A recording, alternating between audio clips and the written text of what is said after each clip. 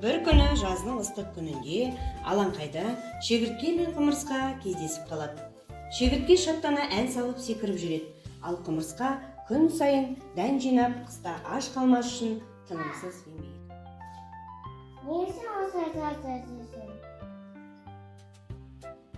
Қанша бие? Таз ғой. Суық бауын, жаз бітеді, қыс келеді. Қысқа дандамаса торым аш қаламын.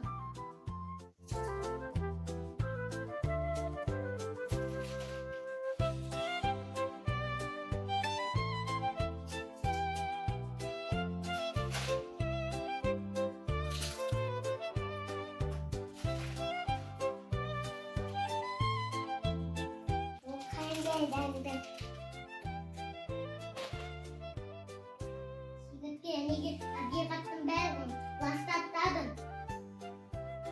Керекем сыңайып.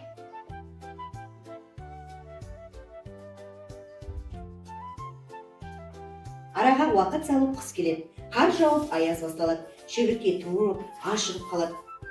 Қасын асықтан қалдым. Енді түсіндім де еңбек етпеген адам қызы санып көреді. Міне бауырлар, қыстың қамын жаз ойла деген осы екен. Жаз айында табиғаттың берген сыйымен құмырсқа бүкіл дән дақылдарын жинап, қыстың қамын ойлап үйлеріне тасып, шегіртке досын бірге тұрғызуға рұқсат берген екен.